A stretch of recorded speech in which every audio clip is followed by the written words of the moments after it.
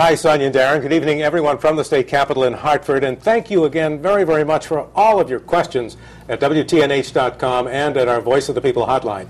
And Governor Malloy, thank you very much for joining us again for another exclusive edition of Ask the Governor. Great to be with you. Let's get right to the first question. Let's get started. Here's the first question. It's from Christopher in Cheshire. He says, where did you get your data to support the statement, all you need to get tenure is to show up for 4 years? I am a teacher and mentor for 15 years.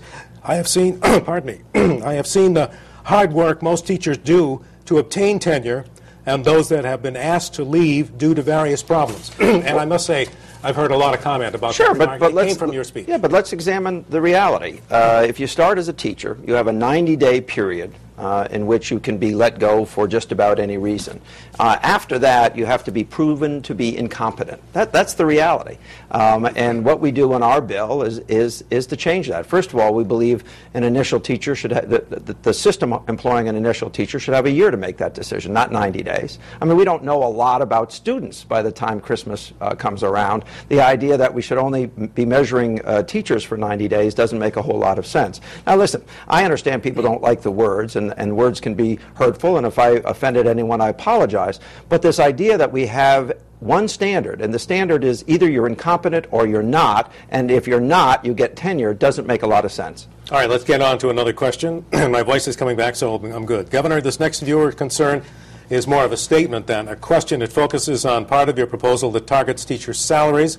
This is a person from Waterbury who wishes to remain anonymous, called our Voice of the People hotline. Listen. Sure.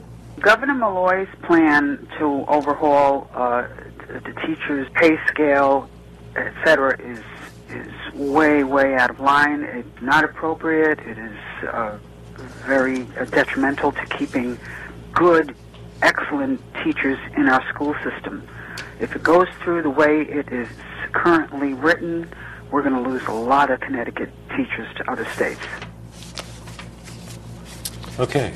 Yeah, we're not going to lose teachers to other states. In fact, other states have done many of the things, if not all of the things that are in our package. When Massachusetts moved to reform education 10 years ago, there was no exodus of teachers from Massachusetts to Connecticut. When Rhode Island moved years ago, no exodus to our state. When New York moved several years ago, no exodus to our state. People are saying things because they're afraid of change. And I know that change is hard, but let's drill down for a second. Between the last time we measured and the current time that we measured graduation rates from high school in Connecticut have declined 6.8%. 6.8% decline. At the same time in Massachusetts, which has been working on reform for 10 years, went up 1.8%. There's a certain reality about what's going on in our school systems. In some of our state community colleges and universities, as many as 70% of the students coming in, having graduated from high school in Connecticut, are having to take remedial courses in math or writing. It doesn't make sense. In fact, they're using up scholarships, they're using up Pell Grants, they're using up financial aid to take courses that they don't even get credit for because we have not properly prepared them. So your answer is it will not drive teachers out of state? That's correct. All right, next question. This is Michelle from Wolcott, also concerned about the impact that the education reform plan will have on teachers' pay. She emailed us at WTNH.com saying, what concerns most veteran teachers about this reform are fears that cash-strapped school districts will use the proposed changes to evaluations, pay, and certification to control their budgets by keeping large numbers of teachers at a lower level of pay or pushing them out the door altogether. You have said numerous times that you would prevent this from happening. How would you specifically stop this from happening? Is it even realistic to think you can stop? Sure it is, because first of all, it would be illegal to do. I mean, that's the simple reality. You can't budget that way. You can't use age or number of years of service as a basis to discriminate. But I'll go one step further. I have offered time and time again to teachers, give me the language that you want that would prevent that from happening. And they've not given us any language. First and foremost, because it's illegal to begin with. Let me explain what's going on here.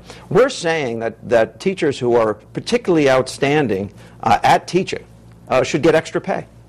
Now, that may be foreign as we currently conduct our business in Connecticut, but the idea that every teacher gets paid the exact same amount doesn't make a whole lot of sense, or that each increase simply comes with the passage of time, or in some cases receiving a degree that may not be terribly related to even the course that the teacher is teaching. What we want to do is reward excellent teaching. What we need to do in Connecticut is reward excellent teaching. All right, next question from you at home. Many of our viewers have called and emailed into us about this next topic, teacher evaluations. This is from Stacy in Shelton. She says, I understand that teacher evaluations will be largely based on student performance. As you know, student performance is not only contingent upon best teaching practices, but also family values, student motivation, general work ethic, attendance, and other environmental and cognitive variables. How can districts fairly evaluate teachers based on the actions of groups of children who exhibit so many societal, cognitive, and emotional variables? Well, this is, first of all, sure, it's an important question, and this is the answer. We already have an agreement with the unions how to do evaluations. They already agreed to the framework. Now, they didn't do a particularly good job of informing their members, but after a 2-year process begun by a prior governor and approved by the legislature, we came to an evaluation framework. And when it was announced, both teachers' unions announced it, in fact heralded it, that this was the way to evaluate teachers. And in point of fact, with respect to test scores, out of a 100-point scale, test scores would equate to about 22.5 points. That's all. Now, I got to tell you, to hear people complain about using test scores to grade people, particularly when that's how every student in the system gets graded, is an interesting conversation to be having with a large group of people. Or to argue that tests shouldn't be important, try telling that to any one of the kids around the state right now who's waiting to hear from their first choice college or university and knows what their SAT scores were. But what about these environmental society issues that this writer writes about? Well, I'm not sure what environmental or societal issues they're talking about, quite frankly. I can tell you in doing the town hall meetings, there's a lot of discussion about poverty. We're addressing poverty in the state of Connecticut. In fact, we had a $3.6 billion deficit last year. We balanced that budget without shifting burdens to local communities. We actually kept thousands of teachers employed who would have become unemployed as a result of a built-in reduction in the ECS, Educational Cost Sharing Grant, by my predecessor, $270 million worth of teachers we kept employed. In this bill, we'll put another $123 million into education. We also then adopted the first earned income tax credit, which is distributing well over $100 million to the working poor of the state of Connecticut. We then passed paid sick days so that parents won't have to make a choice about going to school or leaving their children alone at home or having them go to school sick. We're addressing everything. And in this bill, at 163 pages, we're addressing a lot of things on the education front as well. I knew you'd bring those last two things up. All right, let's get to another question. This is from, also about teacher evaluations. Paul from Westbrook called us on our News 8 hotline. Let's hear it. Oh, this one is not. Okay, this one was via email. Okay, I'm corrected here. He says, with principals doing certification, what guarantee does a teacher have that the process will be fair and impartial without malice? Well, first of all, this issue of certification, let's be very clear that principals cannot take away certification. That is a story out there that somebody started. Principals can't. And actually, right. Yeah. There is nothing relating certification, that is, whether someone can be a beginning teacher or not, in this bill. And let's be very clear as well, in this bill, for the first time in the history, there's a plan for evaluating principals. So they're going to be held to standards. And by the way, there was an agreement reached in the peak process on how to evaluate principals as well. But I mean, somebody has to have some responsibility for performance in a building. We know that parents are very important, students are very important, teachers are extremely important in the classroom, and principals are very important. Or should we pretend that they're not? All right, let's get to the next one. Bob in East Haven, this one is called on our Voice of the People hotline, leaving us this comment. Yeah, my name is Bob from East Haven, and I want to thank Governor Malloy. It's about time. Teachers have the most powerful union in the country, and I think it's time to learn that the unions don't run the schools, the people and the government do. Thank you. Well, you're asking me for a comment. Listen, I'm neither. I'm not against unions. What I'm for is the kids, and we have suffered a 6.8% decline in graduation rates. Our fourth graders are not are not increasing scores. In fact, they're decreasing scores on national tests. Up to 70% of high school graduates from Connecticut entering some of our colleges and universities are having to take remedial courses. One of the things I heard time and time and time again from employers is that we're not preparing the workforce for work. I mean, this is a gigantic problem, and we have got to come to grips with it because Massachusetts, one of our neighboring states, has done that. Rhode Island has done it. New York has done it.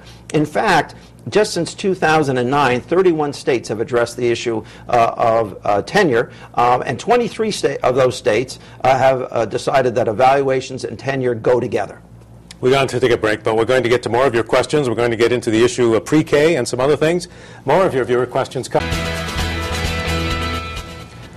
Hi, thanks very much and welcome back. This is a live edition of Ask the Governor from the Governor's office at the State Capitol Complex in Hartford.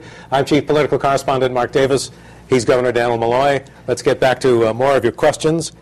Let's see. This next question is from Jean. She called our Voice of the People hotline to weigh in on pre-K. Let's listen.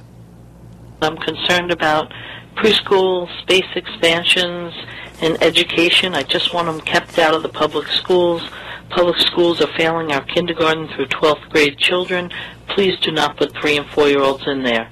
There are a lot of great community programs, local nursery schools, churches and others who run nursery schools and preschools and childcare that are doing a hell of a job, should be recognized for it. Let's keep the 3- and 4-year-olds in the community where they belong and not make it some type of political statement that they would go into the public schools so that they get more money and don't do the job again. Thank you. I would bet that you're not going to agree with her. No, actually, I don't disagree with her. You know, in Stamford, we actually took a lot of our preschool seats out of traditional schools and built separate centers for it, 2 of them, in fact. And that was part of trying to make a pre-kindergarten learning experience universally accessible. Now, we used a not-for-profit provider of that service that had a 100-year track record in Stamford, but it wasn't a Board of Education-run program. So I think what you have to do, what we shouldn't do, is to assume that the government should own education from age 3 or age 4. What we have to do is build a system where we make sure that no one is denied access to quality pre-kindergarten learning experience because of their financial circumstances. That's very different than building our own universal system. All right, let's get to our next question. This is from Vince in Granby. He says, instead of trying to force all schools in the state to accept your proposals for educational reform, why not try a pilot program? That sounds like government speak. I know we use that up here all the time. Of a half a dozen low-performing schools consisting proving research-based initiatives as well as parent involvement in order to find the best approach to close the achievement gap. Well, we shouldn't ignore what's working in other states, or for that matter, what's working in our own state. We have urban environments that are failing 40 to 70% of their students. We have the largest achievement gap in the country and have had it for 13 years. We can look at what's working in some of our own urban centers that have graduation rates at individual schools or success rates that are far beyond the district-wide average. Those are programs we should be replicating. We can look at what other states have done. As I mentioned, Massachusetts has been at this for about 10 years with really dramatic results. For instance, about 20 years ago, Connecticut had the #1 graduation rate. We are now in 7th place, and we're projecting to go to 12th place in a relatively short period of time. We're not doing what's proving itself in other states. And this idea that this is not a research-based argument that we're making, or that a 163-page document is in fact not based on research, is just one of these word games that that people are playing to try to win a particular point. Now, let me drill down on one point. With respect to one of the proposals, we've said we should look at the 25 lowest performing schools in the state and give the Commissioner of Education some ability to change those schools. Now, every one of those schools has been at the bottom for 5 years or more. Every one of those schools is failing their students in the classroom. And what we've said is we can begin that process with less than 25 schools. So we've already offered to do that, quite frankly. And so hopefully we'll make progress. All right, next question. This is a caller who's very upset about the disparities between magnet schools and general public schools. Let's listen in. This is Ann in North Haven. I think the magnet public schools versus the public neighborhood schools is very unfair. The magnet schools are state-of-the-art with 100% parental involvement. The neighborhood schools are unlike them. The teachers have a harder time with discipline and also with parental involvement, and then the teachers get blamed for not performing. The magnet schools should be used for high schools so that all the children could pick a career, and this might entice children to stay in school more. It's an unfair system between the magnet schools and the neighborhood schools are intolerable. Okay, there's a lot there, and we got 30 seconds to the break. This person just said the neighborhood schools are intolerable. I mean, she's making the point that if we have intolerable schools, we should go to a different model of managing those schools. We know what works. We know longer school days work. We know longer school years work. We know higher levels of parental involvement work. We know that accountability works. We know that supervising more closely staffs works. We know what works. We just don't replicate it. And although she was arguing about one type of school versus another, the real point that she made was that the neighborhood schools that she's familiar with are failing the students. All right, we'll have more with Governor Malloy coming. And this is Ask the Governor. I'm Chief Political Correspondent Mark Davis, live at the Governor's office at the State Capitol Complex in Hartford. He's Governor Dannel Malloy. Let's get to another question. Governor, let's see, this is from Amanda in Monroe. She says, Bridgeport is one of the largest school districts in the state. Why hasn't the governor brought his education reform tour to us? Does he plan to do so in the future? And if so, when? You've done, what, 9 of them so far? She's in Monroe, and she wants me to bring it to Bridgeport. Well, that's close to her. We're all over the state. You know that. We'll be down there. I think we have something scheduled in Bridgeport, or getting something scheduled. I'm going to be doing this right through the end of the session. So, and you know, even a day like today, I'm doing school-related events. Went out to E.O. Smith to kick off a math competition with 46 schools present. I'm going to be stopping in at a Bloomfield Arts Festival, school arts festival later tonight.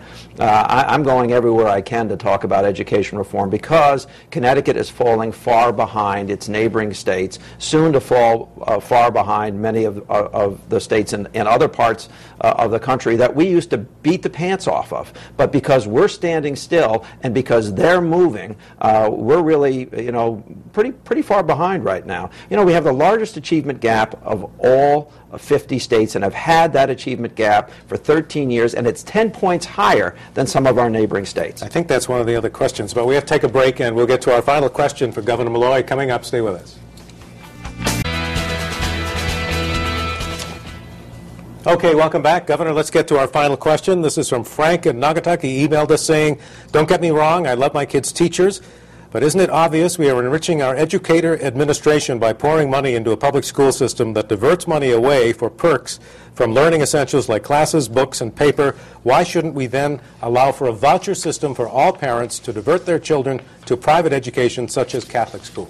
Well, you know, I've not been a supporter of vouchers, and I'm probably not going to change. But I understand the frustration that's out there, particularly when you have people yelling and screaming that, you know, you can't do anything about education because it's parents' fault. but then we don't want to empower parents to take their kids out of public schools and send them elsewhere. It's an interesting dichotomy. What I want to see is a great public educational system, and I believe that this 163-page drafted bill that we presented to the legislature does just that. It makes sure that we have a public education system that we could be proud of. And then, quite frankly, if we don't begin this reformation process soon, we're going to be so far behind other states that the complaint that I heard so much last year, where employers are actually telling me they can't find talent in Connecticut, is going to mean that we have no economic growth. Governor, thanks for doing this again. Thank you. Ask the Governor, Governor Dannel Malloy, and thank you so much for all of your questions.